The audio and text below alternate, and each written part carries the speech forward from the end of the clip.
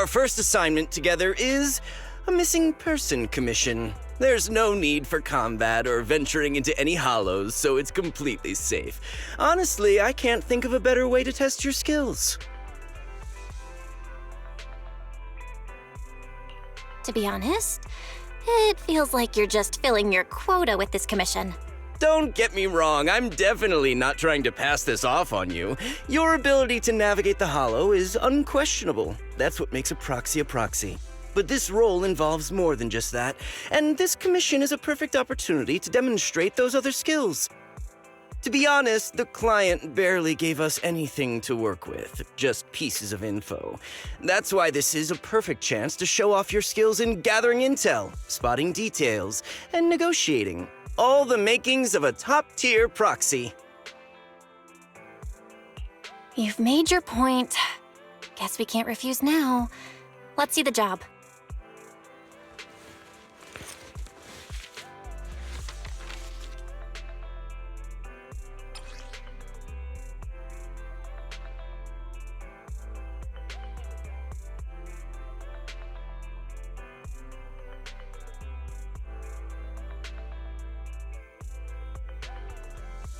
The client has only provided us with these 3 clues. All we know is that the woman in the photo is your target. Just a photo. So even the client doesn't know her name, identity, or whereabouts? And what's the deal with the harmonica and the sheet music? The client doesn't seem to have any more info, though it's possible they just don't want to share. But the client did mention if you get stuck, you should try playing the sheet music with the harmonica. Well then, I'll leave this commission in your capable hands. Keep me in the loop if you make any breakthroughs. Just ping me on Knock Knock. A single photo and a melody. Feels like chasing shadows. Belle, where do you think we should start? Maybe we should start with Port Elpis. A woman with her eyes covered isn't exactly someone you see every day. Remember when we went to visit the sea? I'm pretty sure we spotted someone like that back then. Remember? I was in a bad mood that day, so you took me to the port to clear my head. We bought some fries, but you were so busy staring at that girl with her eyes covered, a seagull snatched them right out of your hand. Why do you sound mad? Now that I think about it, that woman did look a lot like the one in the photo. I was just a bit distracted. I didn't mean to stare. Next time I'll make sure to watch my fries more carefully. Well, thanks to you, we've got a lead now. Let's head to the port and see what we can find.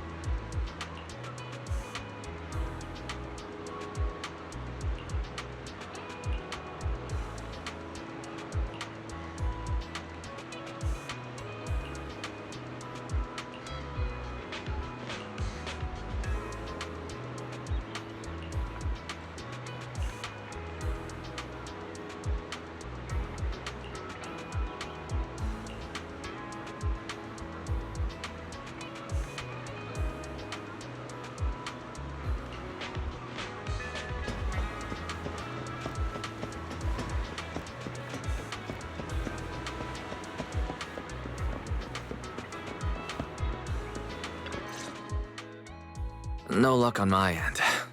Belle, did you find anything? I was wishful thinking to assume that a quick stroll through the port would solve this. But since we're here, might as well give the harmonica a try. Whether it works or not, you owe me some fries before we head back. I'll do whatever you say, but Belle, would you mind giving the harmonica a try instead? I'm curious to how it sounds. Wow, you sure know how to set me up. I'm telling you now, though, I can't promise what it'll sound like.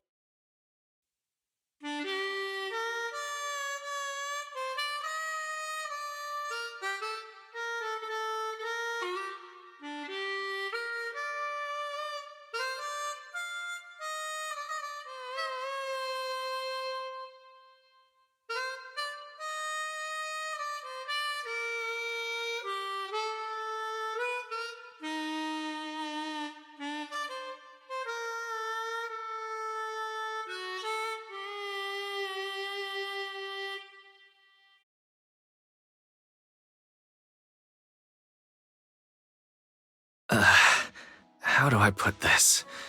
It sounds okay once you get used to it. But nothing happened, so I guess we should just get some fries and head back. Excuse me. Were you the ones playing the harmonica just now? Sorry. My sister didn't mean to make such a commotion. We'll just... Wait. You're the one in the photo. Sorry about that. I didn't hear any footsteps, so I didn't realize you were right beside us. My apologies. Moving quietly is second nature to me. I didn't mean to startle you. If I may ask, where did you learn that melody?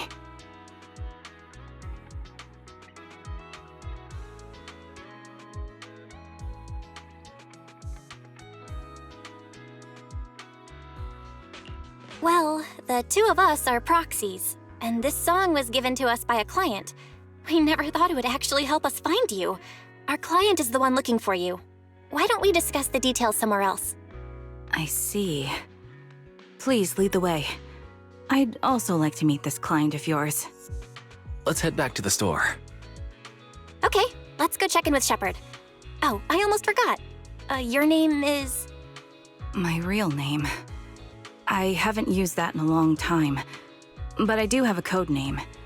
You can call me Charon.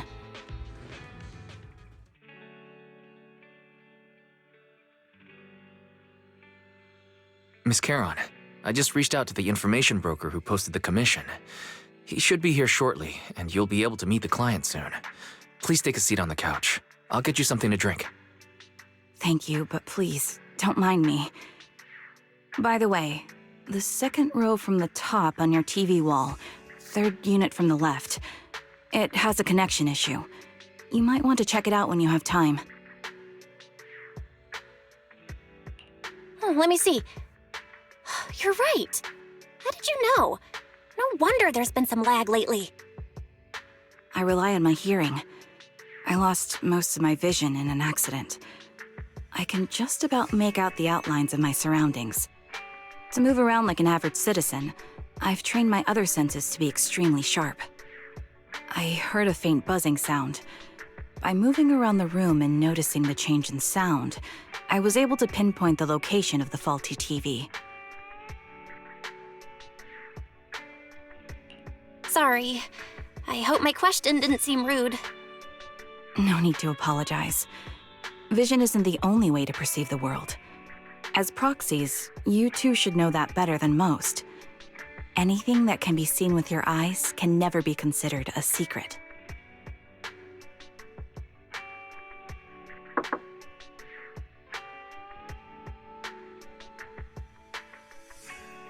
It's me again! You two found the target already? Wow, Faithin, you guys are incredible. If you're always this fast, you could take on anything. I'm glad you're impressed. But why do I get the feeling you aren't very happy? You look a little uneasy. Where to start? It's great that you were able to find the woman in the photo, but there's a new problem. I can't get in touch with the client anymore. There's been no reply from his knock-knock account since yesterday. I brushed it off at first, but there's still no reply today. Just when I thought he might have skipped town, his account suddenly sent me a location, the edge of a hollow. Who sends something like that in normal circumstances? Based on what you've said, there's a good chance the client encountered some trouble involving the hollow. Still, it's too early to say for sure. Either way, I'll keep trying to reach the client. I hope he's all right. Let's stay in touch for now. We won't be wrapping up this commission for a while. Sorry, but I overheard your conversation. Could you share that location with me? If I investigate the hollow, I might pick up some clues. You're Miss Charon? No offense, but the hollow isn't somewhere just anyone can waltz into. Without a carrot or combat personnel, it's a death trap. You should wait. I'm a soldier. I served with the Eridu Defense Force under the Chrysoberyl Division. Even after retiring, I've made countless trips into the hollow. You can trust in my combat skills. The heart rates of you and the two proxies here seem to have just spiked. Don't worry. My military days are far behind me. I have no current ties with them. As for getting into the hollow, proxies, can I request your assistance? I don't know anyone else who could guide me. I'll pay the commission fee as best I can. If you don't want to be involved, that's fine. I'll think of something. We'd like to find the client ASAP too. I mean, who's gonna cover our commission fee otherwise? Besides, if we said no, you'd just head into the hollow alone, wouldn't you? How did you know? So that was your plan? You just remind me of how Wisen I used to be. So desperate to find someone that we didn't even care if we were ready or not. Well, since Miss Charon wants to continue to investigate, I'm willing to act as the proxy for no additional fee. You can relax, Shepard. I see. That works for me. With the client still unreachable, my hands are tied. Please, look into the hollow, and be careful. I'm really sorry for troubling you both. Finding this client is very important to me, so I may have acted a bit out of line just now.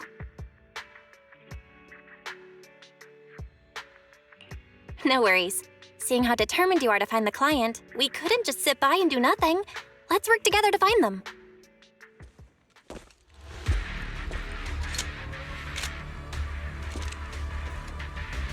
Miss Charon, I need some time to calculate the hollow route. Leave this to me, Proxy. Actually, I've been to this hollow before for reasons. I still remember the way forward clear as day.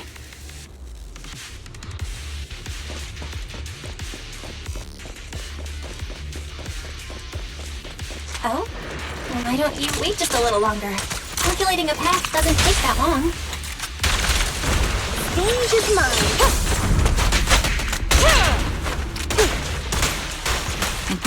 The path ahead. It should be right around here. I wasn't here too long ago. You're cornered. One moment, Proxy. I might have misremembered. I just need to think. I'm sure you're well aware that hollows undergo periodic spatial distortions and reconstruction. Sorry for being so presumptuous, Proxy. I got ahead of myself and made things difficult for you.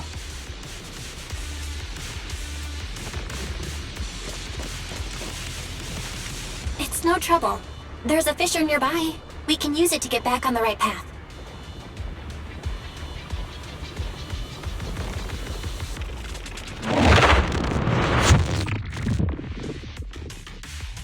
By the way, Miss Charon, how are you so fluid when you move and fight?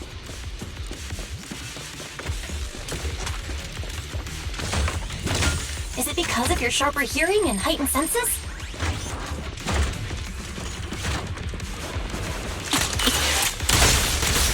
That's one part of it.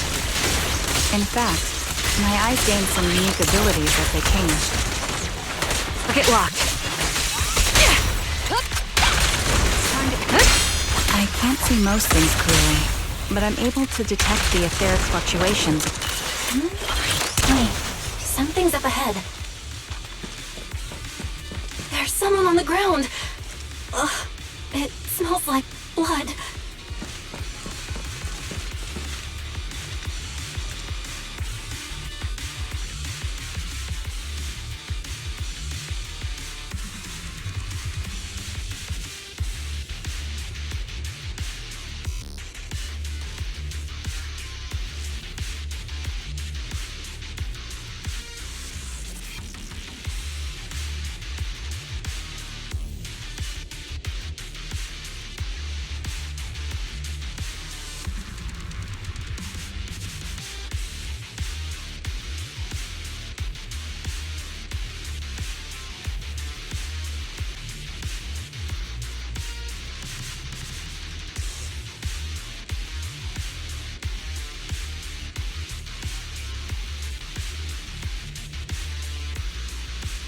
What could have happened?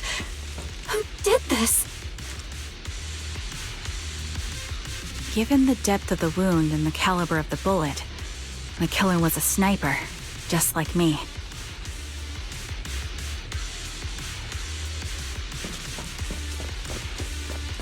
Proxy, stay vigilant and get behind me. The killer may still be nearby. The surrounding ether levels have significantly increased. What's going on?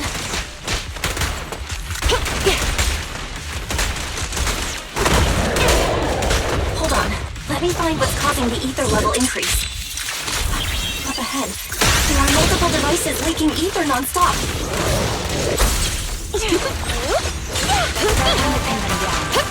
Freeze! Quick shot! Those are high-pressure ether storage tanks, filled with highly concentrated ether.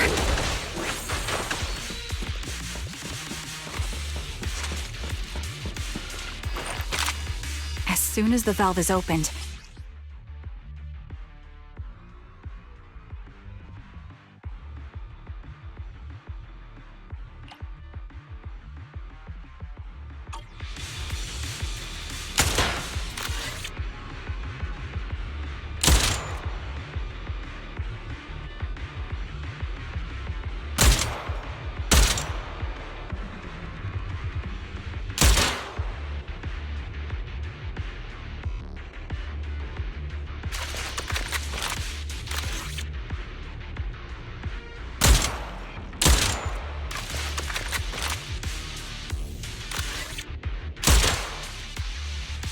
All high-pressure ether tanks have been disabled. We can keep moving.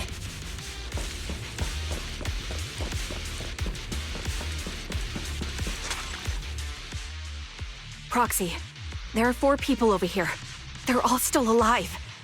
I'm not detecting any ether fluctuations from any other life forms nearby. Great, that's a relief. Charon, can you confirm their condition? Confirmed. 1 is seriously injured. A bullet pierced their lung. The other 3? No internal injuries, just a few minor wounds. They're all unconscious. The one with severe wounds. His etheric fluctuations are nearly completely gone. He's beyond saving. Who are you? Help me. It hurts. So cold. I don't want to die. There must be something we can do. I'll contact the hospital, and we can get him out of the hollow. His internal organs are ruptured. He'll bleed out long before we can get him out. No rescue team can beat the clock when life fades this fast. Am I dying? I just want to go home.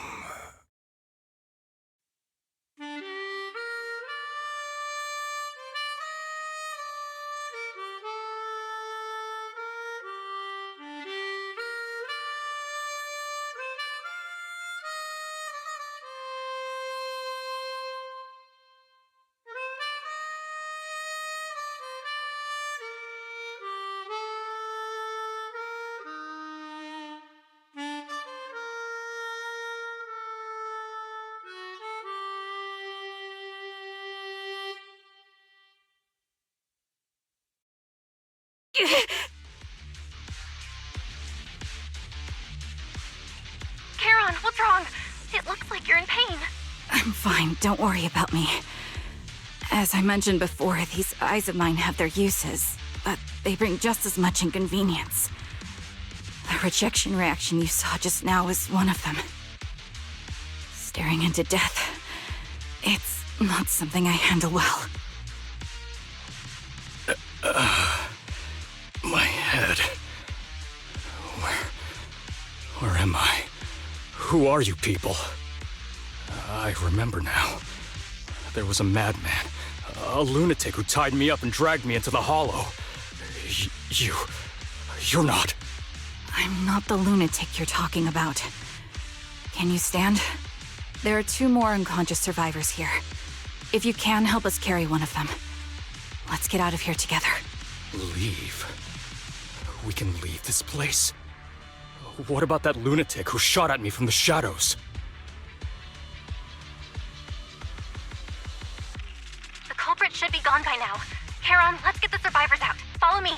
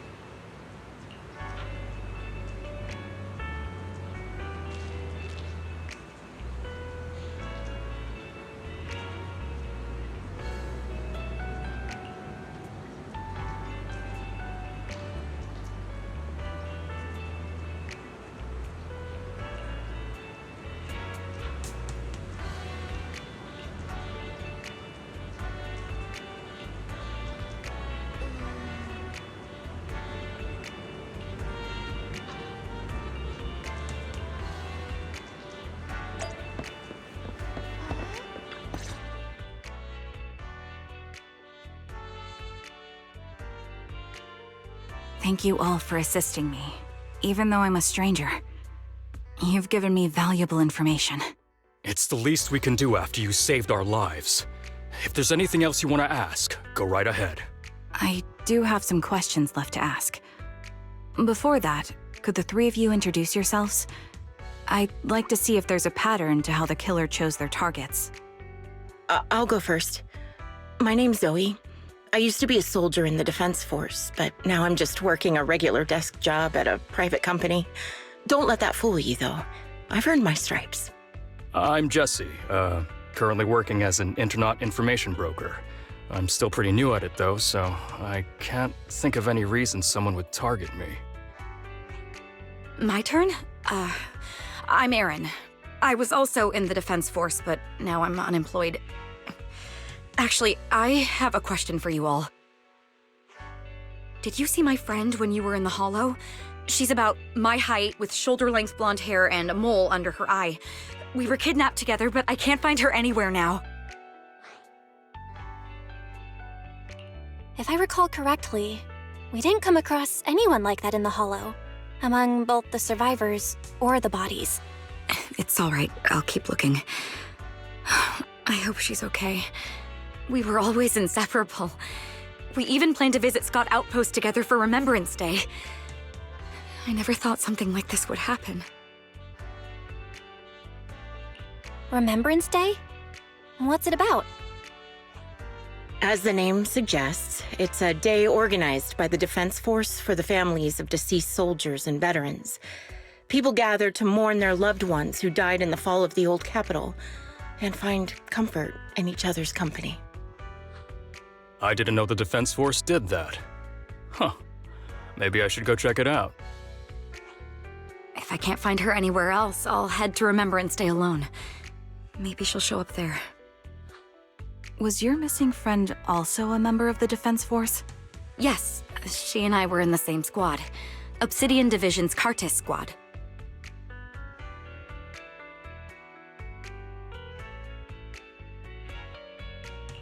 This sounds like a series of murders targeting the Defense Force.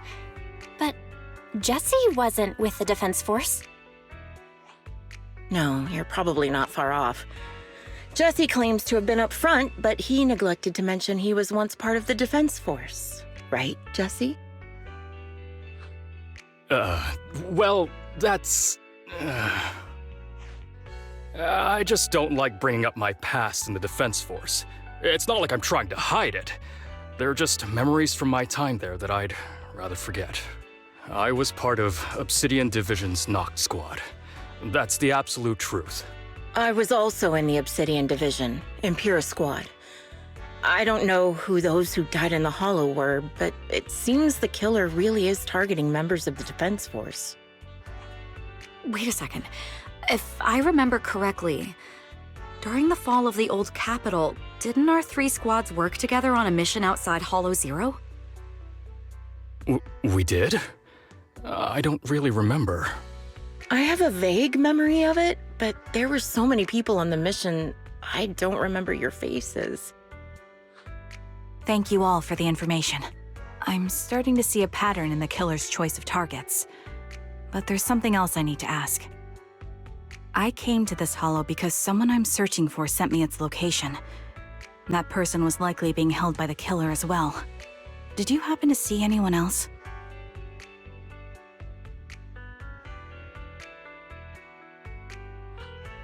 You're not giving us much to go on. At least tell us what kind of person you're looking for, male or female, what they look like. Can't offer much help without that. Sorry, I don't have much else to share. Even so, if any of you remember anything else that may be useful, please let me know. This is very important to me. You don't even know who they are, yet you're so determined to find them. Is it really going to be an issue if you can't find this person? Maybe. I've been searching for someone for a long time. They might be the key to achieving my goal. I see. Whatever happens, I hope you find them. If there's anything I can do to help, just let me know. Thank you. But please, prioritize your own safety. If the killer is targeting former Defense Force members, There's a good chance they'll come after you again. Stay vigilant. Of course. Once I've checked out Remembrance Day, I'm locking myself in my room and throwing away the key.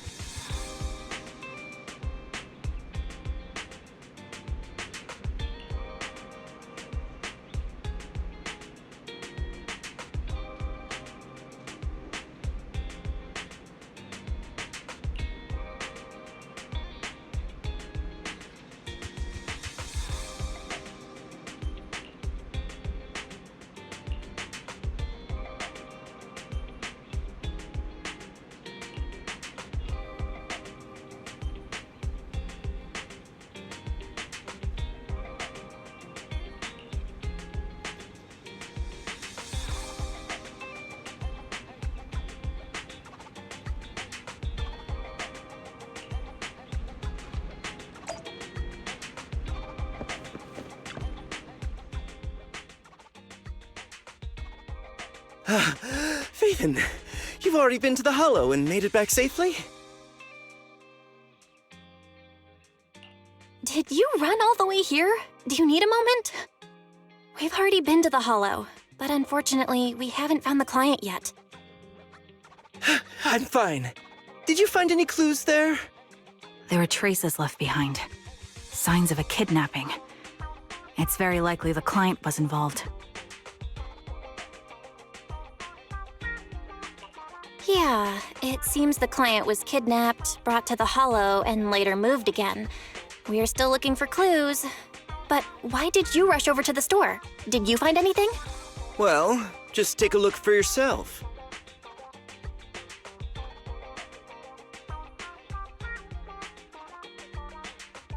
I checked a map of New Eridu. This spot, it's another Hollow entrance. We've been chasing dead ends with absolutely no clues, and now one just appears out of nowhere? Something smells fishy here.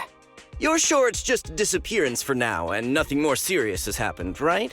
If that's the case, the situation is still manageable. No matter how shaky the clue is, let's keep investigating. Just be careful. Any casualties and this will become something beyond our control. At that point, stop the commission and contact me. I'll bring in some professional Hollow experts to deal with the situation.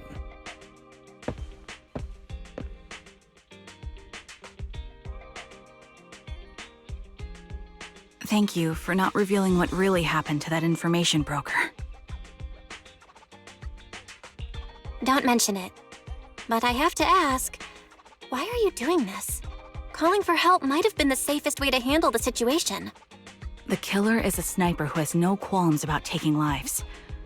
Judging by the victim's injuries, it's clear they know how to deal a fatal blow and how to inflict pain without causing death. Most Hollow Raiders lack experience dealing with snipers. If they encounter the killer, it's likely to end in a difficult fight, or worse, casualties. And besides, asking for help from others would only delay the search. The client is at risk right now, so I think we should follow the clues and enter the Hollow as soon as possible to ensure their safety. I helped you keep this from Shepard, but I have to admit, it's just too dangerous. What if this lead is a trap? Who even knows who's really behind the client's messages anymore? I understand, I really do. But what if we're late and something happens to the client? Why is the client so important to you, Charon? Would you be willing to tell us? Are you so set on finding them because they're connected to the person you've been looking for? The client's true identity might be the very person I've been looking for. And if not, they most certainly have some vital information. Since leaving the military, I've spent years searching for my missing teammates. They were more than just comrades who trusted me with their lives. To me, someone raised as an orphan, they were family. I've scoured countless hollows and every corner of New Eridu to find them, but I've never found a single lead. Until I met you and heard that melody on the harmonica. It's called Homecoming. My squad leader composed it. Only our squad knew it. And yet that client of yours not only knows the song, but also gave you the sheet music. Please, Proxy. This client is the only lead I have left. I'm certain my teammates are still alive. If this trail goes cold, I don't know when I'll get another chance to reunite with them.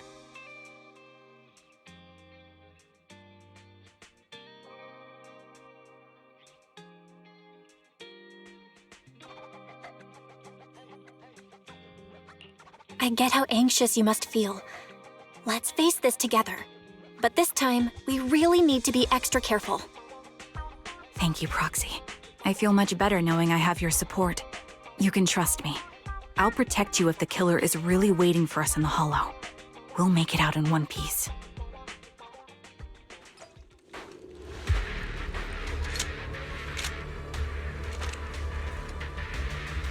Looks like there's something here.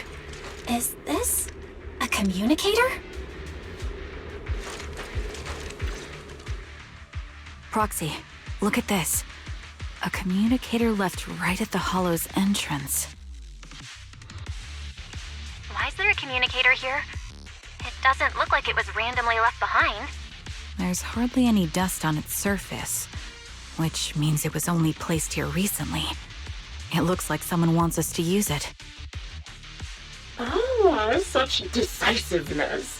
Following random location info without even thinking twice. I'm glad, Sniper of Liar Squad. Who are you? And by Sniper of Liar Squad, are you referring to Charon? Sniper. Or should I say Charon now? Haven't you shared your past with our dear Proxy? If introductions aren't your strong suit, I'd be happy to show you how. You can call me Grim Vulture, the one behind this string of murders.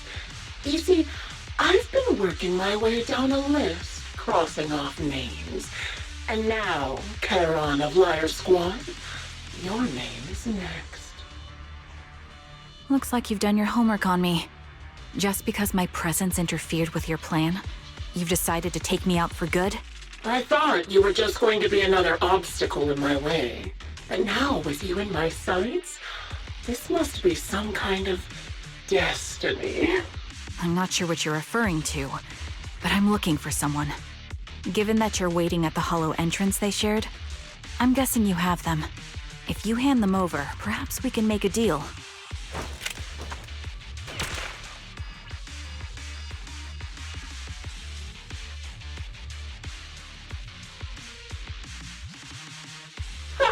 So your version of making a deal is stalling for time to locate me and lining up your shot?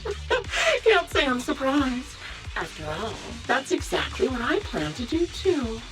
You seem to have rather unique eyes, but you'll never get the chance to hit me. After all, no one's better at counter-sniping than me. Seems talking won't resolve this, but I'm not averse to using force. Now that's the spirit! If you're looking for someone, why not search the hollow for clues? Providing you can survive both my attacks and those of the ethereals, of course. Oh, and I've prepared a little gift for all your trouble. I hope you still have that determined look on your face after seeing it. Here!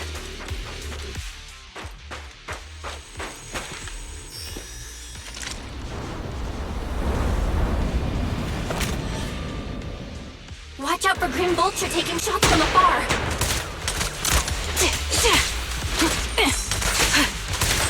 Is there nothing we can do? Fine. In position. Here.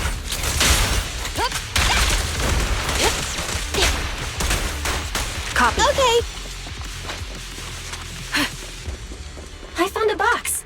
Something feels off about it.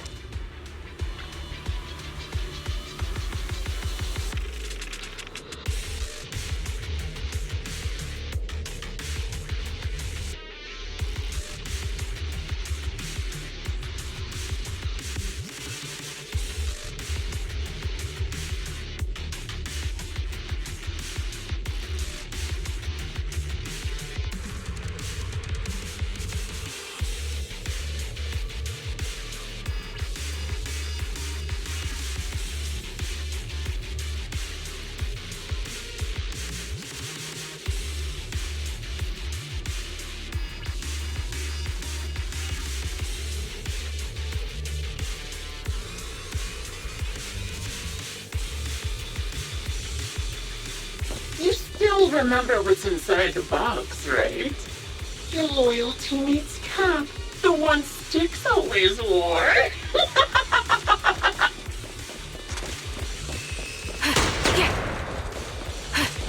Curious as to how he died? He took his own life. No, it wasn't much different from being offed by ethereals.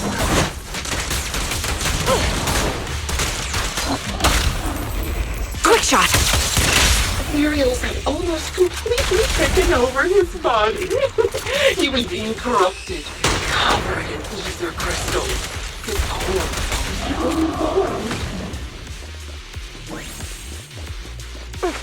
I'll take point. Another high-pressure ether tank. And a lot of ethereals have already been drawn to it.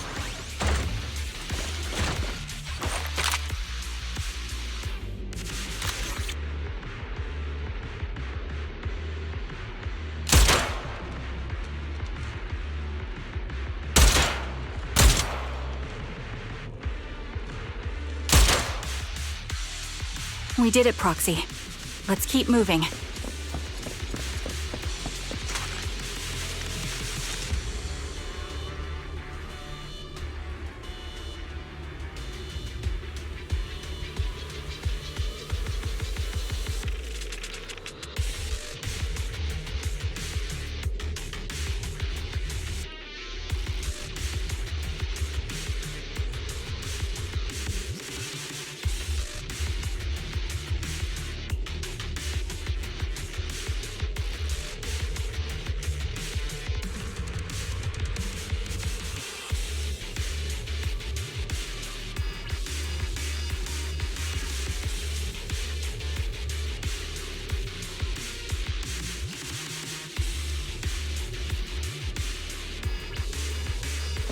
Acheron's favorite gloves.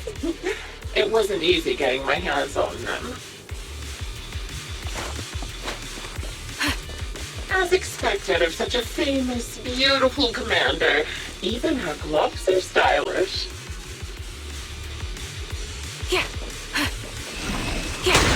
Such a pity. In the end, both her hands were missing.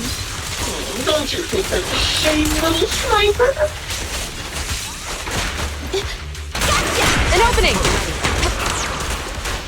Such beautiful hands, that it could no longer hold. Cereal's gnawed off her arms, and her leg as well. Time to reload. Behave yourself. But she still had the backbone. She stood tall, even in death. Taking the shot. Behave. It's just a nice thing. She died from multiple fatal wounds. Even the most beautiful flower will wither without protection, won't it?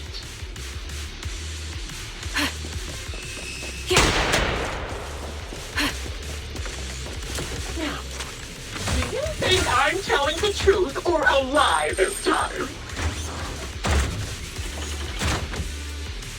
How long do you intend to keep up this game of cat and mouse?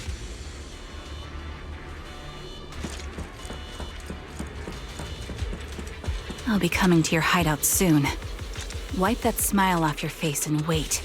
Wait and see what I'm going to do.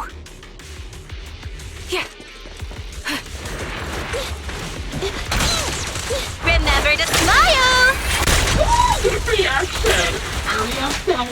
I've got one final surprise location for you.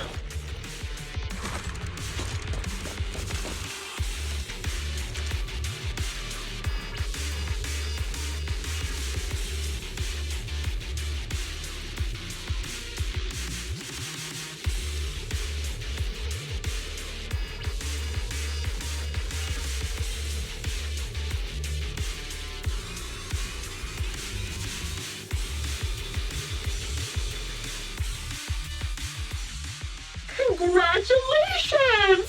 You found the third box. Inside is... Who was it again? Oh, right. A piece of bloodied fabric from Cocytus's clothes and some damaged engineering gear stained with Leafy's blood.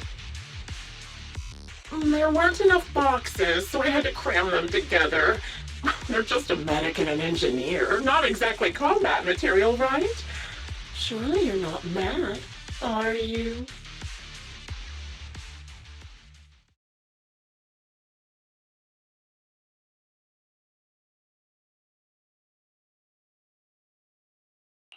Enough already!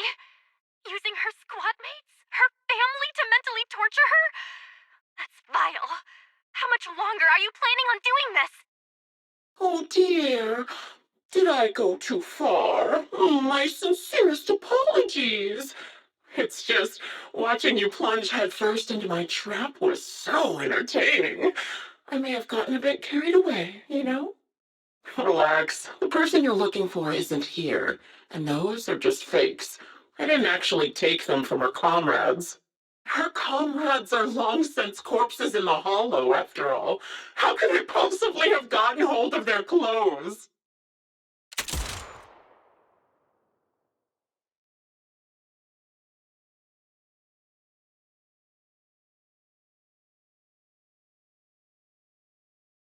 A decisive strike to be sure.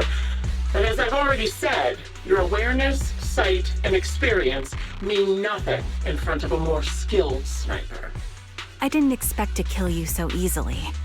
There was a subtle change in your ether fluctuations the moment I fired. That was all I needed.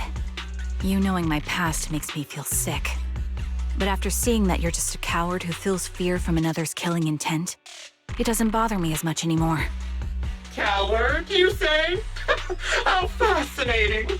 You were little more than a hollow shell before, but now that you've bared your teeth, you've started looking somewhat respectable.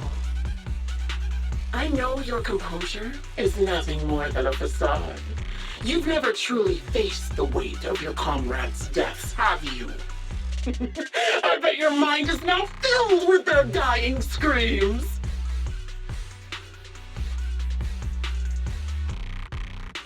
Karen and I both believe her squad is still alive. You can drop the act. Why are you so fixated on Karen? Just because she used to be in the defense force? She has nothing to do with your target. Nothing to do with it? Then why don't you go ask her about it? What surprises me more is you actually believe her teammates are still alive. Don't tell me she dragged you into all this danger without telling you anything. Shut up. If she won't tell you, I will. Those so-called alive squad mates of hers went missing during the fall of the old capital. I'm sure you know exactly what that means. When the old capital fell, countless Defense Force soldiers were either killed by ethereals or became them. The surviving soldiers, struggling to defend themselves, never had the opportunity to carry their comrades' bodies out of Hollow Zero. Obviously, her squad mates, the members of Liar Squad, were among the dead. But since their bodies were never found, she insists they're still alive, even going as far as to deceive her own proxy. It's laughable. I didn't lie to the proxy.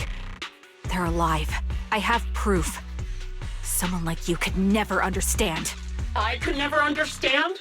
Huh. You think it's hard to understand your childish thought process? If you really have solid proof, why not tell me? Come on, let's hear it! My eyes. I lost nearly 90% of my vision during the fall of the old capital. But in return, I gained the ability to see what others can't. Every second of every day for years, I've seen my squad mates. Not as fleeting shadows, but vivid and lifelike. They've never disappeared. They're alive, waiting for me to find them. Why else would I have been given these eyes? That's your proof? Did you hear that? Proxy hiding in the bamboo. She spent years chasing after people who couldn't possibly exist, all because of some ghostly visions. You'd rather believe those visions of your teammates are real-time projections than accept that they're dead. What if I told you the way I described their deaths before was the absolute truth? Will you finally face reality? Or will you keep fooling yourself, believing in ghosts? I guess you'll keep deceiving yourself. Because that's how you survive. I'm not lying to myself.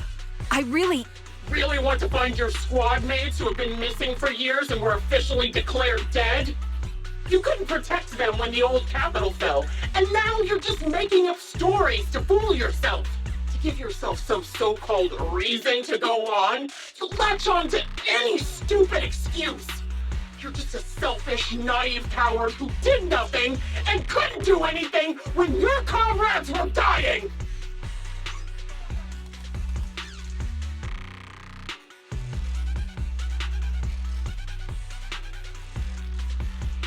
Giving up already? At least you've got a shred of dignity left. Nothing disgusts me more than a useless hypocrite. Enough of this. Time to die, coward. Charon is not a coward. Someone who'd enter perilous hollows just to find what they seek. Someone who'd play music to console a dying soul, despite the pain in their eyes, is anything but a coward. At the very least, she's far braver than a criminal like you, who hides in the shadows, enjoys torturing others, and is constantly in fear of being caught. Proxy, Your proxy sure has a way with words. I won't waste any more of my breath. Just die already.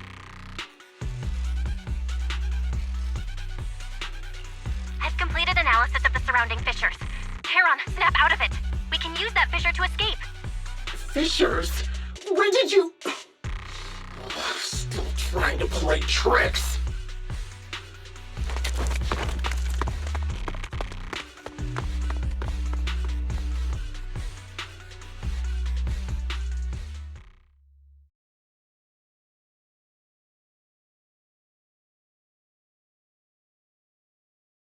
Charon, do you want some hot cocoa?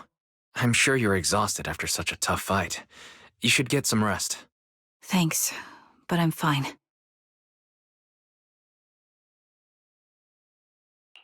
Don't listen to Grim Vulture. They'd say anything to get under your skin. Once we start doubting the truth, we've fallen into their trap. No, Proxy. I think Grim Vulture has a point. Maybe it's all just in my head. The things Grim Vulture left. When I touched them, I was reminded of the day the old capital fell. I felt the same sensation when I touched an injured comrade. I tried to shake off that feeling, but the truth is, I can't stop thinking about the possibility that all my squad mates are dead. Would you be willing to share more? What really happened to you and Liar's squad on the day the old capital fell? That day, in the first hour Hollow Zero started expanding, Defense Force HQ thought it was just a normal Hollow disaster, and thought they could suppress it with the standard amount of troops. Liar's squad was among the first troops sent there. Before we left, our superiors promised reinforcements would be on the way to support us in combat, so we didn't need to worry too much about facing the Ethereals. But soon after we began the mission, we realized things weren't going to go like we thought. The Ethereals came at us like an endless tide. The Hollow expanded beyond control, and more importantly, the reinforcements never came. The Defense Force troops outside the Hollow soon realized this was no ordinary disaster. Hollow Zero was devouring Eridu at horrifying speed. The reinforcement plan was called off, and the promised troops retreated. Honestly, even if they had come to help, it wouldn't have changed anything. I watched as members of the advanced force around me died one after another, or were corrupted into ethereals. Our squad slowly lost the strength to maintain formation. I was a weak point in our formation. An ether shot fired by an ethereal hit my eyes, corrupting them. Because of that and several other wounds, I shortly lost consciousness. I'm not sure how long I was out, but just before losing my vision, I briefly regained consciousness. The last thing my eyes saw was my squad mate standing in front of me, looking back. When I woke up again, I was already back at base. The higher-ups detonated the Shiryu pillars, and finally managed to bring Hollow Zero under control. I don't know who rescued me from the Hollow, but none of my squad mates had made it out. For some reason, the image of my squad mates being the last thing I saw has stayed in my mind. It must be some kind of sign. A sign that they're still alive. Don't you think? They must have continued fighting after I fell unconscious, eventually getting lost in some hollow and losing contact with the main force, left to wander between the various hollows of New Eridu. That must have been what happened, right? The defense force, civilians, no one believes me. So I decided to find them myself. The reason behind these eyes, it's got to be to guide me to finding them still alive. Am I wrong, Proxy? Are these eyes pointless? I knew that's what you thought. Interpreting what my eyes see as proof my squad mates are still alive is just wishful thinking. But if they're really gone, why would I have been given these eyes, which bring nothing but pain? If they're truly no longer alive, how can I apologize to them in person? Tell them I'm sorry. Sorry for being so weak. Sorry that I failed to protect them. Their faces are all so blurry. I can't see their expressions. I can't even bear to look at them. If their final look at me was filled with resentment and disappointment, I wouldn't know how to handle it.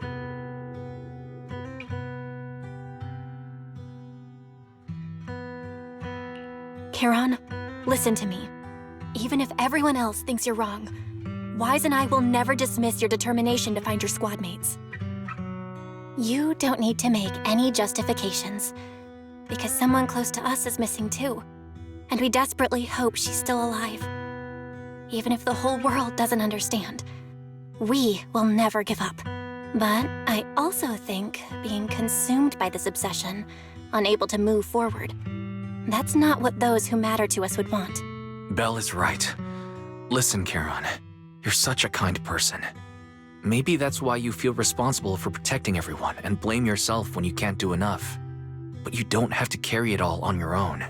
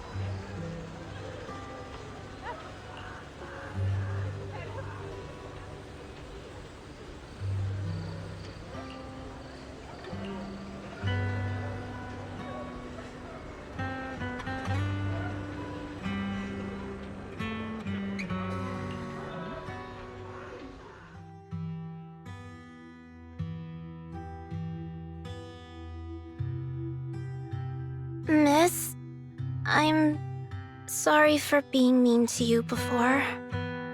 Mom told me you were protecting Dad until the very last moment before you passed out. I shouldn't have said you left him to die. I'm really sorry. Zita was really young when it happened, so she was too little to understand, and I haven't really talked about it. I hope she didn't upset you. No, she was right. If only I'd been strong enough to take down most of the ethereals. Maybe they wouldn't have ended up in that situation. Oh, that's not fair. The old capital was falling. No single person's strength could ever be the deciding factor in the face of a disaster like that. In spite of it all, you survived. If they were still here, I'm sure they'd see that as something to celebrate. I've always known the truth. I failed to protect them. A weakling like me survived, and the rest of them disappeared without a trace. This isn't solace. It's the worst possible outcome. That's something I can't face. I've never had the courage to tell you I couldn't protect your loved ones. All I can do is wander New Eridu, hoping to find some trace of them. Even after all this time, I still haven't accomplished anything. I'm sorry. You really don't know us at all. This isn't the worst possible outcome by any means. Styx, my husband, and all his comrades who lost their lives, each one of them left behind their own legacy. Just look all around you. Everyone standing before you is a legacy they protected that is carried on to this day. After my husband passed away, Zita and I received survivor benefits. And with all the odd jobs I've been doing, we've managed to get to where we are today. Styx always wanted our daughter to study art, and Zita's interested in it too. Now, that dream has become a reality. She just got accepted into the art school in Janus Quarter. Mom and I have our tough days, but I often think of Dad's cheerful laughter, and that memory gives me the strength to keep pushing through. One day, it'll all pay off, just like it has now. Thank you for always being by my husband's side, even at the very end. Well, I suppose you must have heard about my condition from my son. Ethel, Kakaitis used to tell me about you. He often took leave or skipped work to earn extra money by part-timing, or to care for you when you were sick in bed. Yes, that's true, but I bet he never told you my illness became so bad that I needed major surgery, and he worked his tail off to raise the money. Who would have thought he would pass before me? I used the benefits from his death for the surgery, and that's the only reason I'm here today. In a way, his passing allowed my life to continue. Every time I think about it, I feel like I need to keep my body healthy and live a few more years. The sights I see, I believe he can sense them from somewhere far away. When I was too weak to take care of him, it was you and your comrades who stayed by his side. Thank you for everything that you've done for him. As for me, well, I'm currently working as a fashion designer. A fashion designer? Is that because of Acheron? It is. I'm sure you remember how much she loved beautiful things. She was always into fashion, so I decided to become part of that world. That way, she can always be with me. I admit I had no idea how fun fashion design could be until I actually gave it a shot. I wish I'd figured that out sooner. We would have had so much more to talk about. Anyway, I'm planning to start my own fashion brand next year. She used to say that after retiring from the army, she wanted to pursue fashion design. I really want to carry on her dream. It feels like my life's purpose. You know, she used to talk about you when she came home for the holidays. How your rivalry pushed her to keep improving. So, thank you. I'm proud of my sister, And I'm proud of you, too. As you can see, all of us have made it to this day, carrying the will of those we loved. So please don't say they left nothing behind. They've always been a part of every pain and joy we've experienced over the years. Please remember, everything and everyone in New Eridu is only here today because you all risked your lives in battle. Thank you. Thank you, everyone. It's been wonderful to hear about how you're all doing and to listen to these words. I'm so glad I decided to come here on Remembrance Day. Speaking of which, I wasn't expecting to see any of you. What brings you here today? I could ask you the same thing, Ethel. Last time I asked, you said you weren't coming. I only came because I suddenly got a DM from Nathan. He said he really wanted me to be here. I'm here because of Nathan's message, too. He was pretty insistent, so I thought he'd be here. But I've been looking around for a while now. I still haven't seen him. So it's the same for all of us. I responded to his message, but he never wrote back. Isn't that strange? Sorry, but who's this Nathan you're talking about? Nathan is Lethe's younger brother.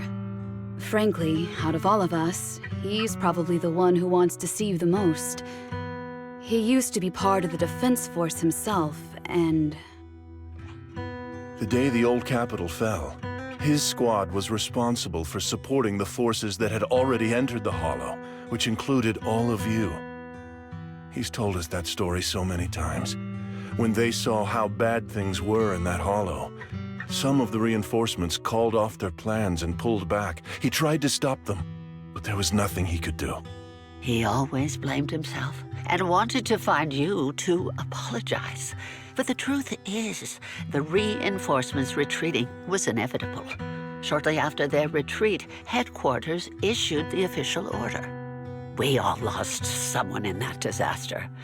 And for a while, we resented the reinforcements for their decision. But over time, we came to understand it, and we eventually let it go. There was no avoiding casualties in that battle. In hindsight, it wasn't wrong for headquarters to prioritize saving their strength. May I ask what the name of Nathan's squad was when he was in the Defense Force? The Impera squad of the Obsidian Division. Is something wrong? Nothing. It's just... I think I might have stumbled upon the answer I was looking for.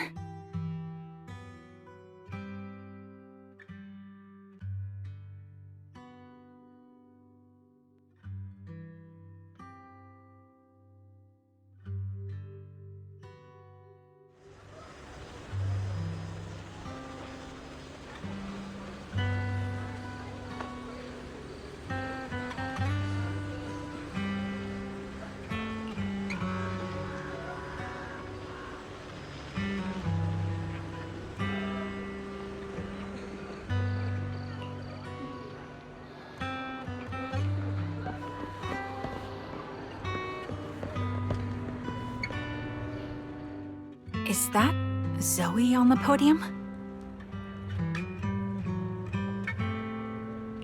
Is she here to speak for the soldiers? That seems fitting. She's got medals after all. But I don't see Jesse or Aaron anywhere. Didn't they come? Everyone please, quiet down.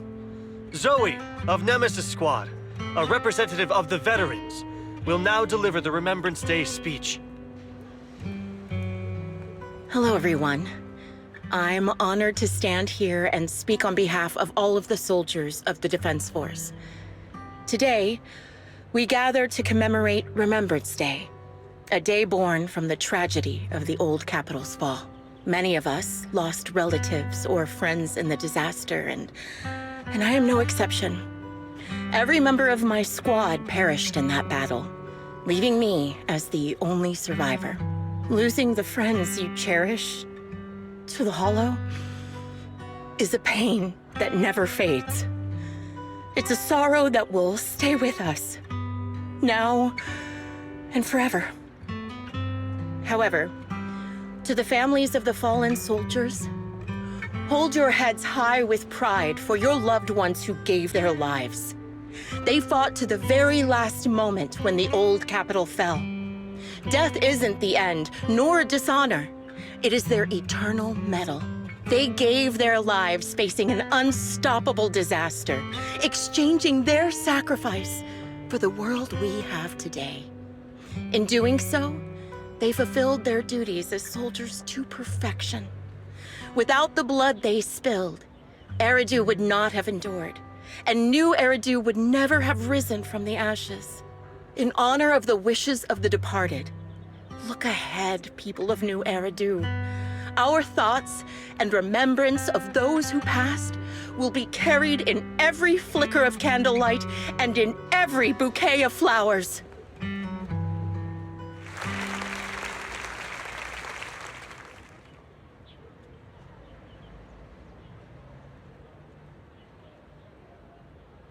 My speech was meant to end here, but since you all seem quite engaged, please allow me to share a little more.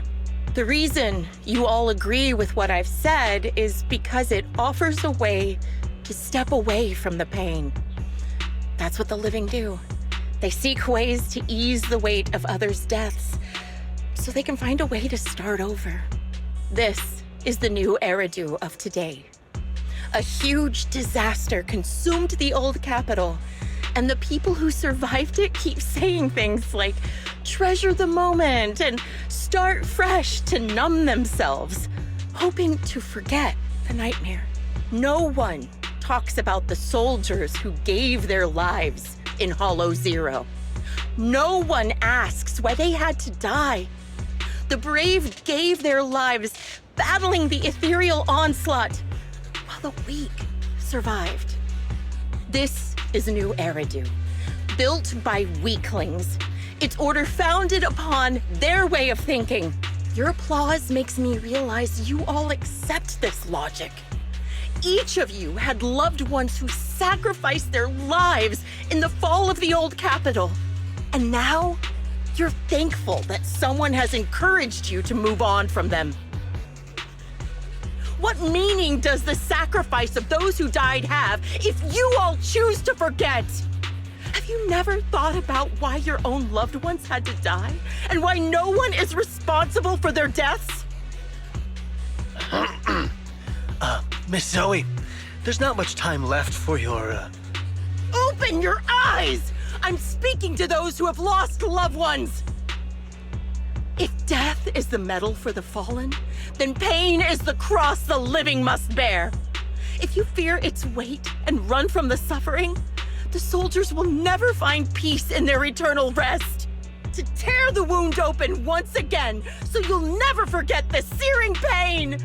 That's the real meaning of Remembrance Day! I don't agree. Charon, I didn't expect you to be here for Remembrance Day. How are things going with your search? Seems like you have something to say. Among the people standing here, there's a woman who raised her daughter with the survivor benefits left by her husband. Another who's been able to carry on with her life thanks to the final efforts of her child. And yet another who's found purpose because of the influence of his late sister. The will of the deceased lives on in every person here. The soldiers who died during the fall of the old capital fought for this. The future that their loved ones are making for themselves now. The old me might have agreed with what you said, but someone taught me that pain and hardship can lead to hope. They helped me see that hope could be inherited, not just destroyed when life fades. That's why I believe the departed didn't leave us wounded or with a heavy cross to bear, but with a melody. Each of us holds a harmonica that plays the melody of life.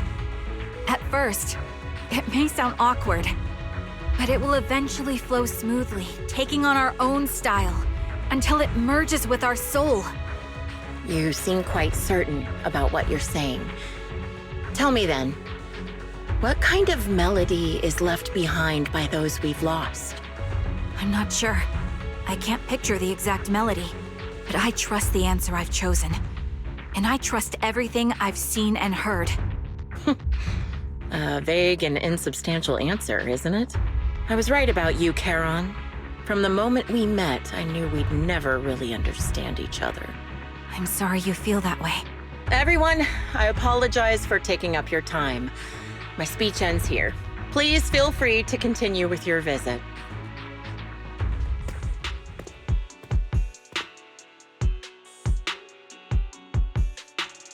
What do you think, Proxy? Something was definitely off about her just now. And the things she said? I'm starting to get a really bad feeling about this. You mean about her real identity, right? Looks like we're on the same page. Shielded by her identity as a decorated soldier, she seemed pretty confident that we wouldn't confront her directly on military ground like at the outpost.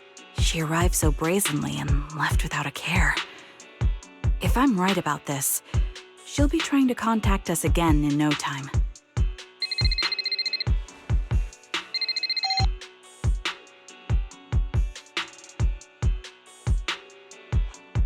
Looks like you're a little busy, so I'll keep it short. The client just sent me a location via Knock Knock, along with a picture of several unconscious, tied-up individuals. I'll send you the location shortly.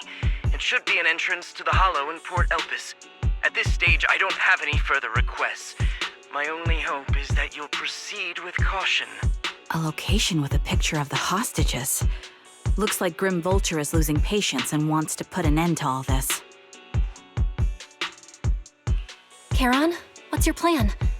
With everything that's happened, no matter what you choose, I'll stay by your side till the very end.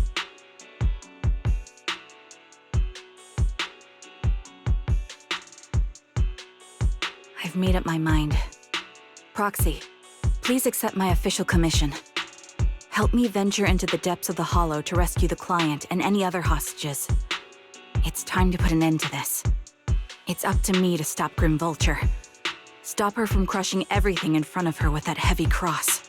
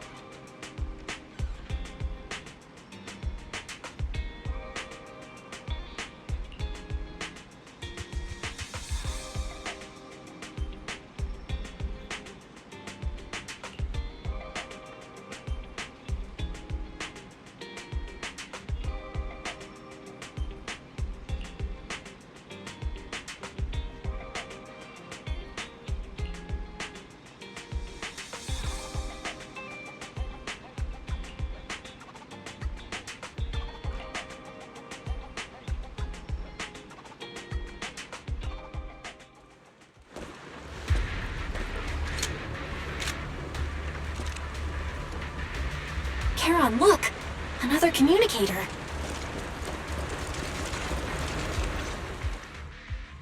Another communicator? It's a bad habit for a sniper to be so talkative. Oh, really? I think it's rather good for my mental health to witness in real time how my target becomes desperate and gives up their struggle. Do you really still need to disguise your voice? I thought you didn't want to hide anymore, Zoe. You're right. Seems there's no need for secrecy anymore. I, Zoe, the sniper known as Grim Vulture of Nemesis Squad, send you my regards. Zoe. No. Grim Vulture. You, like me, were one of the advanced troops deployed to suppress Hollow Zero right after the fall of the old capital, right? Noct, Cartes, and Impera Squad. So far, all the victims have been members of these squads. They were initially supposed to enter the Hollow to reinforce the advanced troops. Nemesis, your squad, lacking reinforcements, lost everyone except you in the fall of the old capital. You blamed their deaths on the absence of reinforcements and sought revenge on them. That's my conclusion. Just like me. The fall of the old capital left you entirely alone. A sniper, the sole survivor, a mere pawn abandoned by the military. Don't you think we're very much alike? The Impera squad member, Nathan, the one you're searching for, he pleaded with me to let him go when I was about to kill him, saying he had to see you no matter what. That's how you caught my attention. I let him live to get all sorts of information on you. I was so curious about you that I even set a trap, disguising myself as a victim to get closer to you. It turned out we share the same story. We even got the same PTSD symptoms. After all these years, we still see images of our teammates before they die. It's impossible to erase them from our minds. It's just, you use ridiculous fantasies to numb yourself, chasing after illusions of your squad mates. Well, I can't afford to be as naive as you. One night, when I was overwhelmed with the unbearable images of my comrades' deaths, vomiting and crying, I finally realized the meaning behind their appearance before me. They were pleading with me, pleading for vengeance against those who abandoned us, begging me to destroy the repulsive, hypocritical new order of New Eridu. So, I carried on their will. I began kidnapping targets and sniping them in the hollow, watching as they became corrupted and died in despair. Do you really think this is what they'd want? What else? Would they want me to be like you, playing at a game of finding my missing squad mates, accepting their deaths when I'm done playing, and then forgiving the very enemy who killed them? What a noble and virtuous gesture! Forgive on behalf of fallen comrades, coexist with New Eridu's order, and live peacefully among cowards. It's precisely because you and I are so similar that this hypocritical and cruel attitude makes it even harder for me to forgive you. After our first conversation, I was certain I must end your life myself to prove I'm right. That's exactly what I wanted to say to you, too. Because we've suffered the same hardships, I can't accept the path of destruction you've chosen. Jesse, Aaron, Nathan, the client I've been searching for, and any other targets of revenge you've set your sights on. They all feel regret and struggle over the choices they made back then, but you can't see any of that. You didn't target the higher-ups who misjudged the situation, the dangerous ethereals who killed your comrades, or the ones responsible for the fall of the old capital. Instead, you went after the easiest targets. Grim Vulture, as a sniper of the Eridu Defense Force, you have failed in your duty. To preserve the will and hope left by my comrades, I'm going to put an end to your actions right here! That suits me just fine. A sniper should let the gun do the talking. Make it to the deepest part of the hollow alive, and I'll meet you with nothing but raw malice.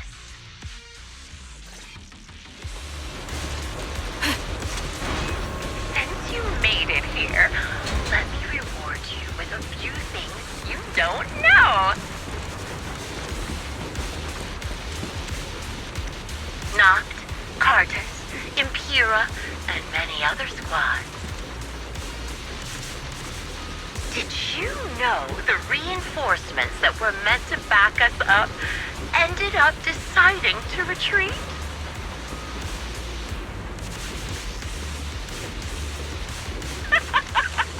Relying on a show of hands to vote, isn't that ridiculous? Our lives were discarded in such an absurd way, like a kindergarten election for class monitor.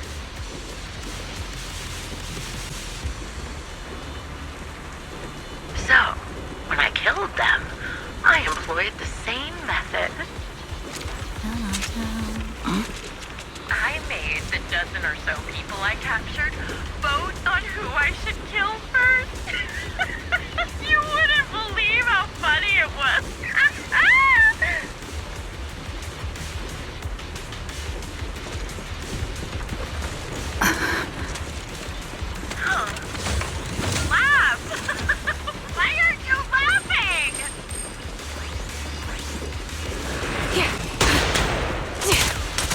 Ether vision activate. Fine. Orders received.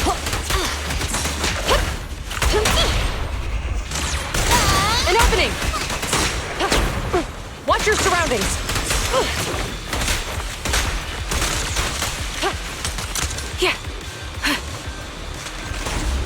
Jesse and Aaron, do you have them too? Or are they already?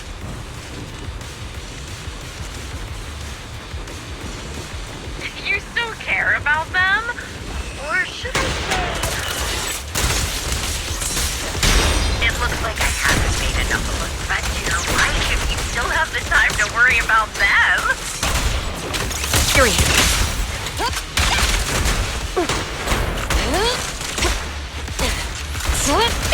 Engaging. Why not leave their... The wind and rain are picking up. This extreme weather is perfect for sending you to your grave, don't you think? No one will hear your screams and cries as you die.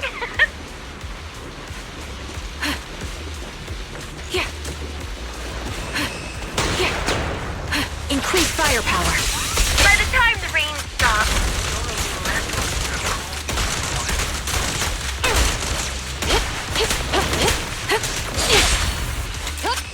I wonder, do you remember the weather on the day the old capital fell?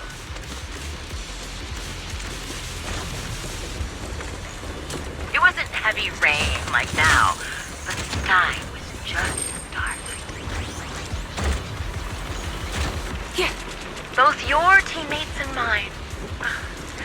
They all perished in a place like this. You made it part of the Hollow one. Such determination deserves praise! Now, it's time for the final showdown, Secret. I'll pierce right here. Drop the... No restrictions! Fire it well! The only way to put it. What sniper would ever confront their enemy head on? Hands up! Wiping them all out, there's nothing better!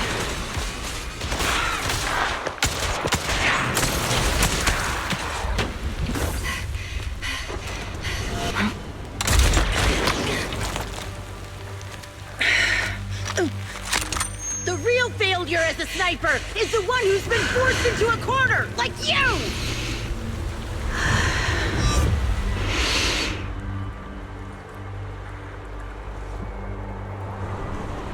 The wind. It's shifting.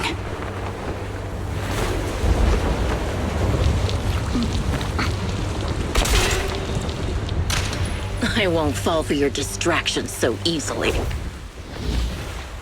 What? I will surpass you with my own melody of victory. Damn!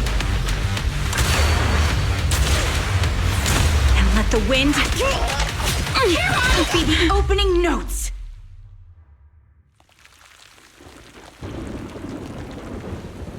Charon? No! Wake up! Charon! What's this?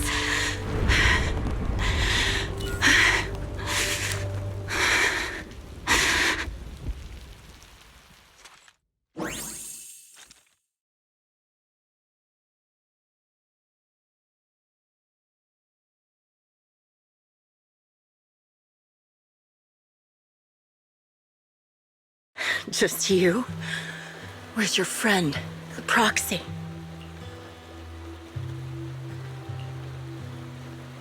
The proxy went to rescue the hostages. I want to speak with you alone. A sniper should always monitor the changes to their surroundings, factoring the environment into their tactics. Being blinded by the intent to kill and failing to take this into account was your downfall. Didn't expect to be lectured by a youngster. What a disgrace. When my view was blocked, I realized you'd used the visual blind spot to reposition. So I adjusted my aim accordingly. But I still couldn't hit you. Your prediction and accuracy were spot on. I was just saved once again by this. by both this harmonica and by my former comrades.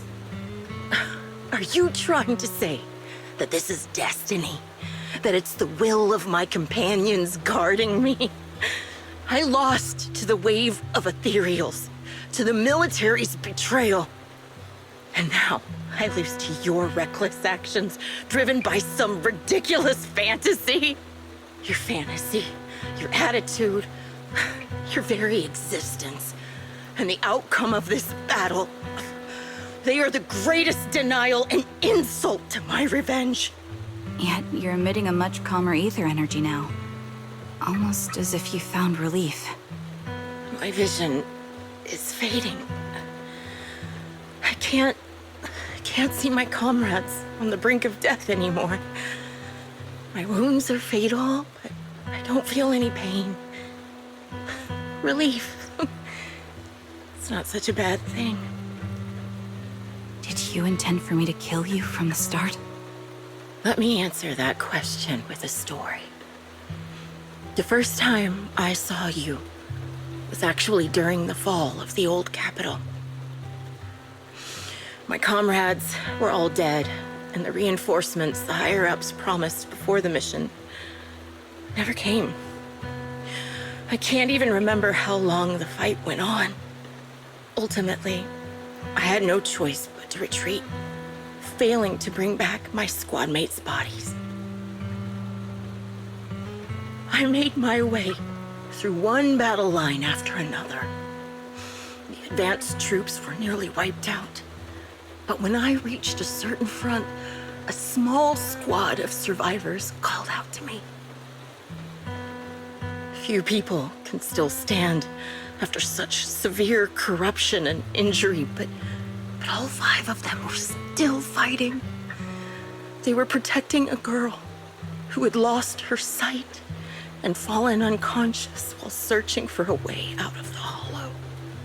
They told me they were beyond saving, and if I planned to retreat, I must take the girl with me.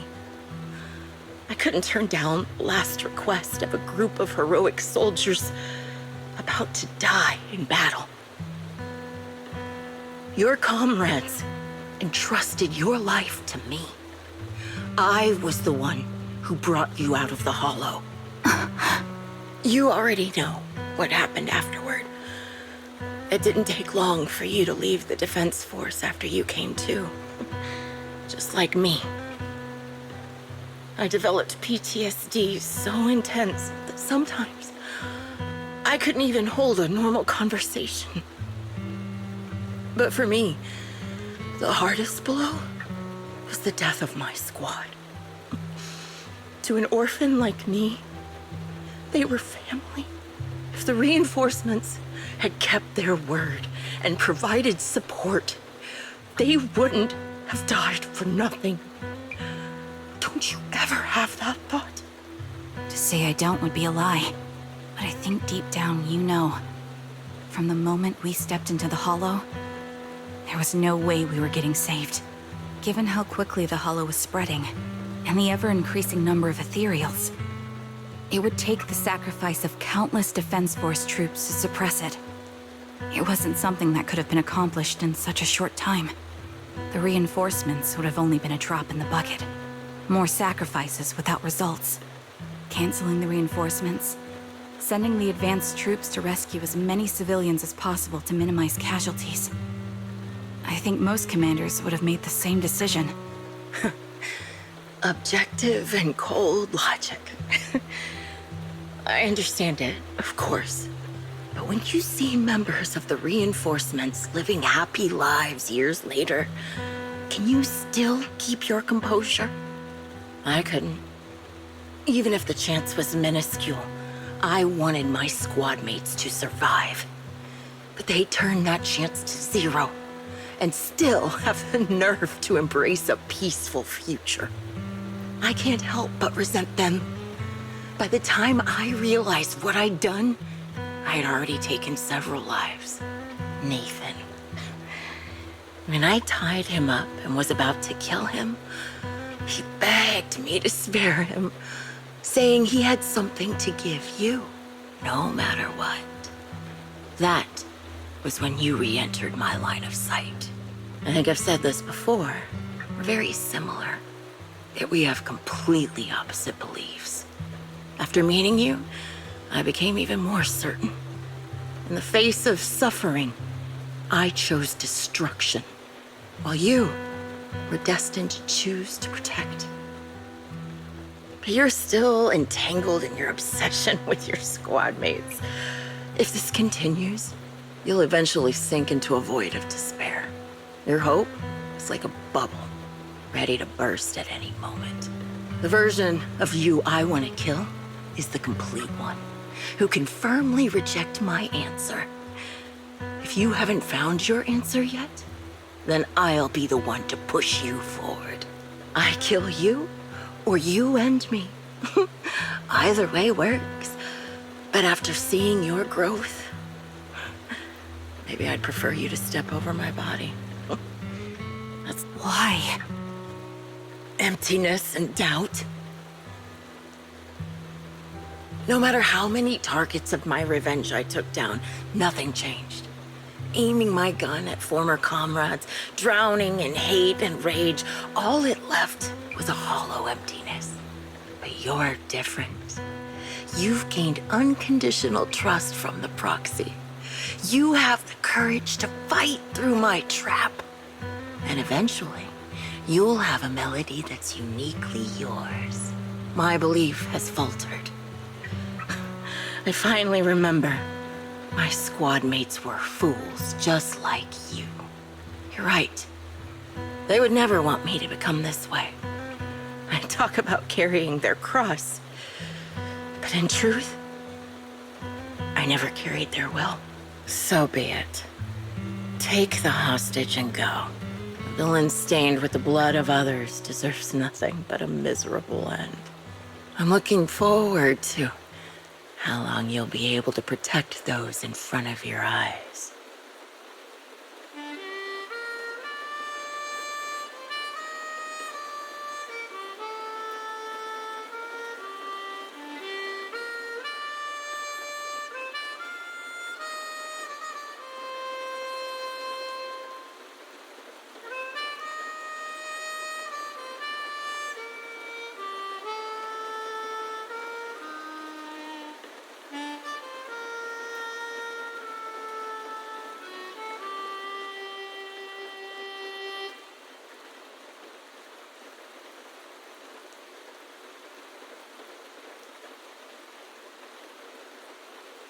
It can still be played after taking a bullet. Impressive. This is my final melody to you. No matter how miserable you've become, I'll still remember you. Remember we once shared the same path in life. But in the end, our paths diverged. Your hatred has long twisted into sin. But if not for you, I wouldn't have learned how to hate, or found the true targets of my hatred. I used to know nothing. My teammates served as my teachers and taught me so much. And I think you must be my final teacher. You taught me, in the most intense way, what hatred truly means. Really? So you found someone you want revenge against, too. That's good.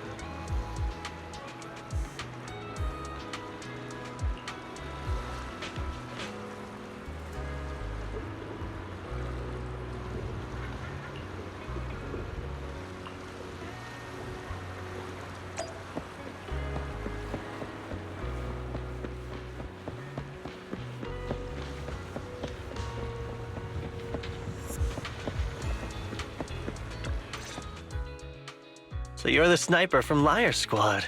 It's nice to finally meet you. And you must be the one who's been searching for me. Nathan, the younger brother of Lethe. It's good to see you safe and sound. That's right. I'm sorry for causing all this trouble. I nearly cost you your life, becoming a target of a victim from the fall of the old capital. Maybe that's what I get not helping my brother and the rest of the defense force back then. When the reinforcements decided to retreat, I spoke out against it. I had family among the soldiers already in the Hollow, but I didn't have the courage to take that step, the one that might have cost me my life. I'm sorry. You don't need to feel regret or apologize. The outcome wasn't something you could have controlled. You cared deeply for Lethe, and even today you still think of him. To someone like him, who always cherished family, that's more than enough. Thank you. I heard you've been searching for the members of Liar Squad all these years. I'm nothing compared to your determination. Thank you for everything you've done, but please stop the search. It's time for you to start living a life that's truly your own. I hate to say this as a family member, but back then, they were already... I know. You don't need to say it. I've been drowning in a fantasy of my own making for years, but it's a fantasy that kept me from falling into the abyss. Nathan, Grim Vulture told me you have something you want to give me. Is that why you commissioned someone to find me? Yes. After learning about the bond between you and your squad, I knew I couldn't live with myself if I didn't get this to you. So I got on my knees and begged Grim Vulture, even playing this recording for her, hoping it would move her. Regardless of how things unfolded, what matters is that it wasn't destroyed, and I'm here, alive, to hand it to you.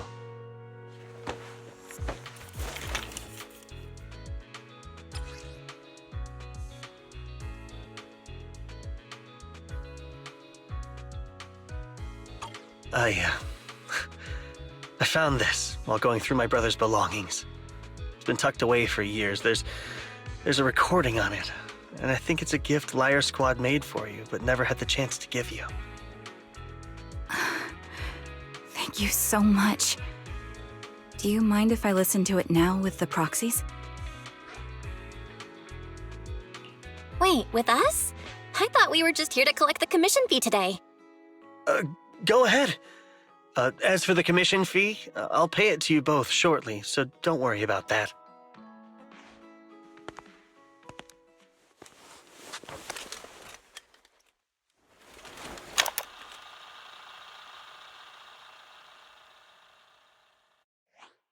Hey, hello?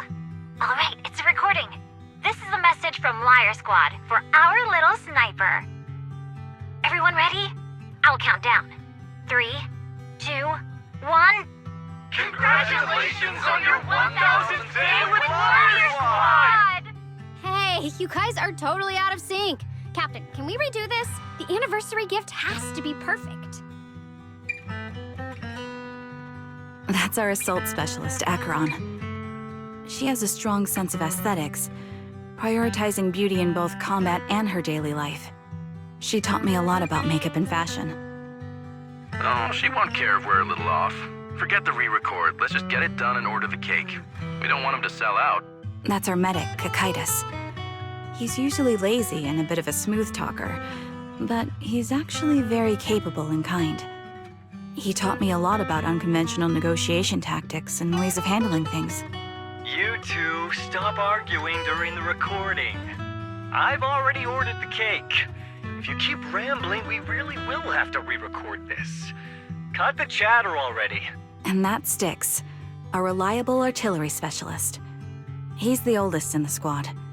He loves sharing photos of his daughter and reminiscing about how he wooed his wife. The way he won her over inspired me a lot. All right, let's all calm down. Wouldn't want to get on the captain's bad side. Captain, would you like to go first? We can edit or re-record whatever we need to. That's our scout and engineer, Lethe. He's a bit self-conscious because of how his younger brother excels, and he's somewhat introverted, but he's actually very capable.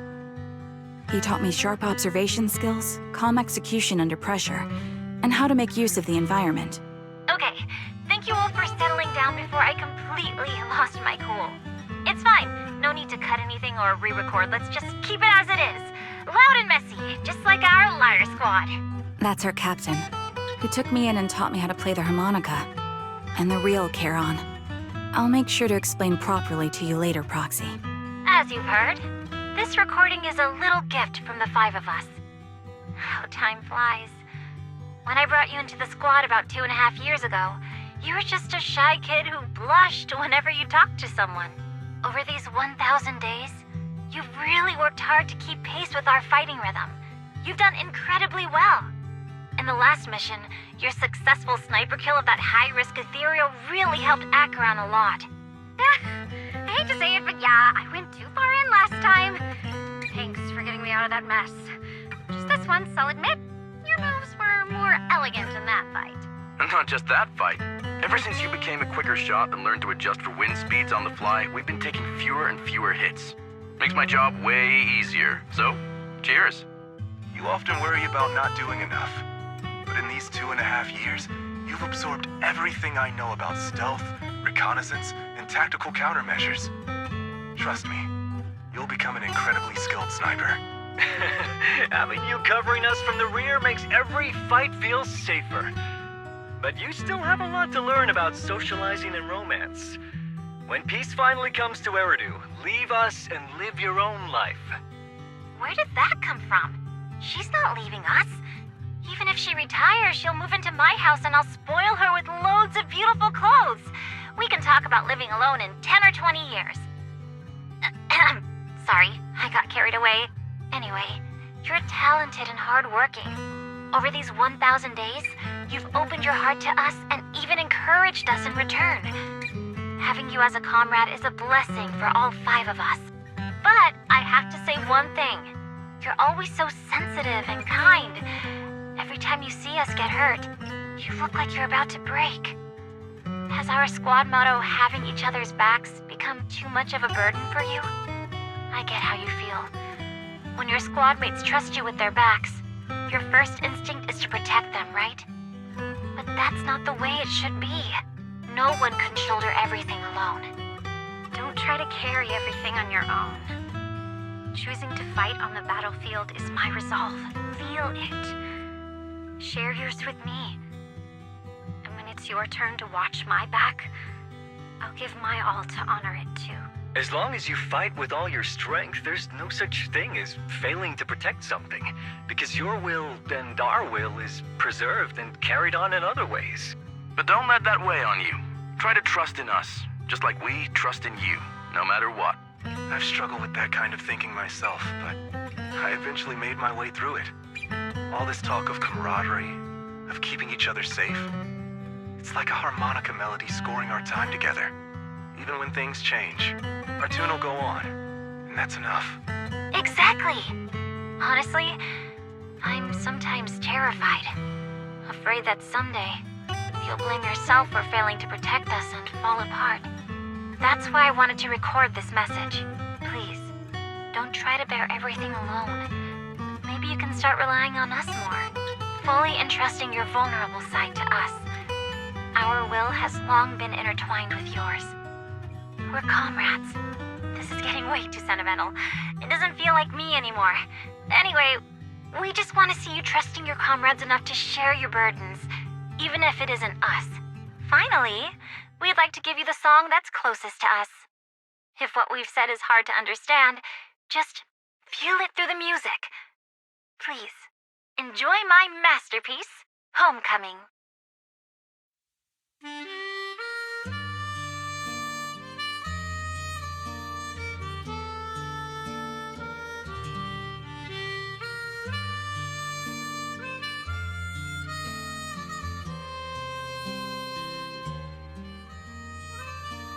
Proxy, do you remember?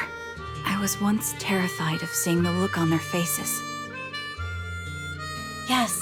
Can you see them clearly now? Yes. Crystal clear. As if I've returned to the exact moment of parting.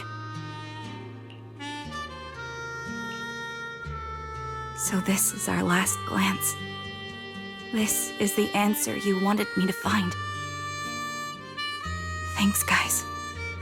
For everything.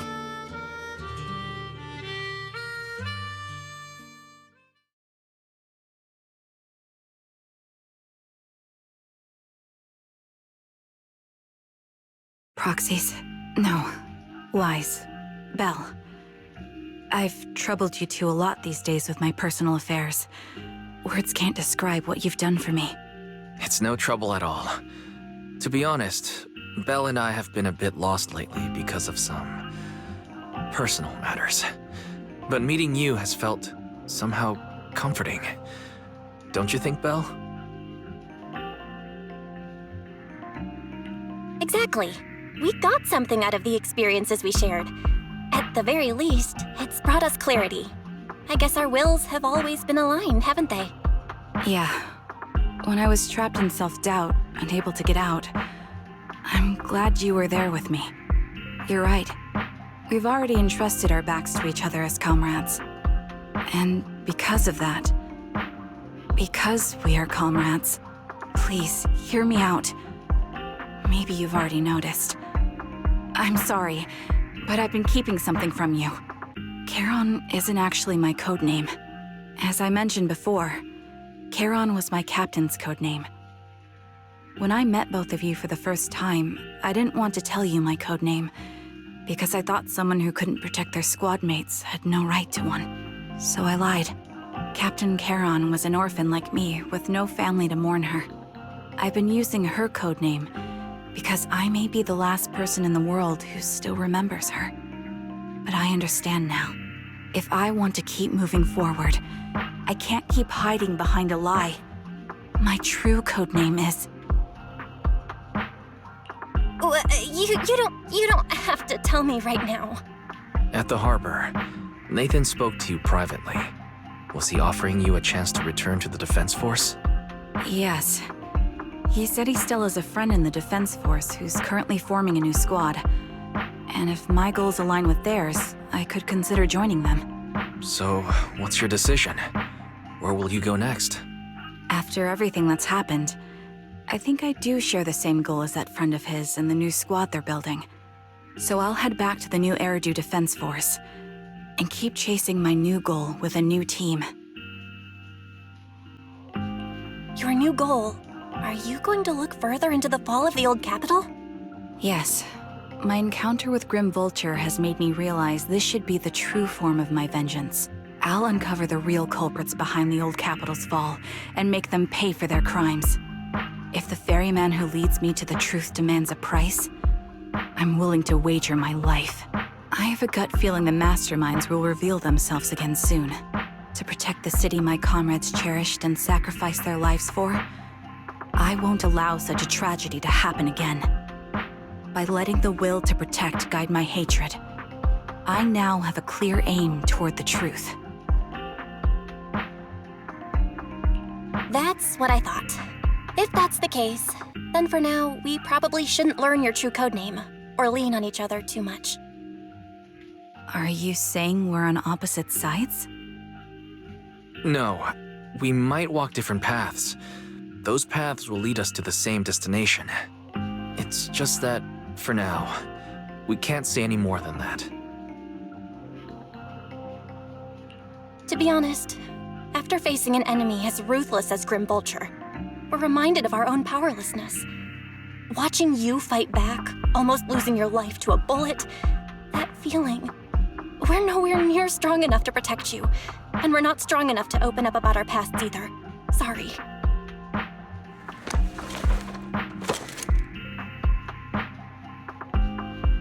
If this is your slightly selfish principle, I'll respect it. You were once my proxies, and I'll keep this memory locked away as something I cherish. If, as you say, our destination is the same, then we should continue on our separate paths, striving to grow stronger. The next time we meet, I'll reveal my true codename. I hope we can become true comrades. I want your presence to forever remain in the melody of my life.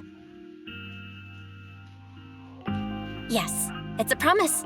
We'll meet again, Charon.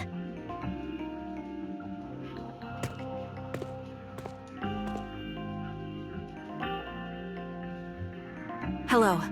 I'm the sniper from the former Liar Squad of the Chrysoberyl Division, recommended by Captain Nathan, originally of the new Eridu Defense Force's Obsidian Division, Impera Squad. Ah, I heard about you from my superior. You're the one who dealt with the serial murders targeting the Defense Force, right? Well, the new Eridu Defense Force is ready to welcome you back. Let me confirm a few details before taking you to base. Which squad are you applying to join? And did you have a code name during your previous service? I'm applying to join the Obsidian Division's Obel Squad. As for my codename, Trigger. I was Trigger of Liar Squad.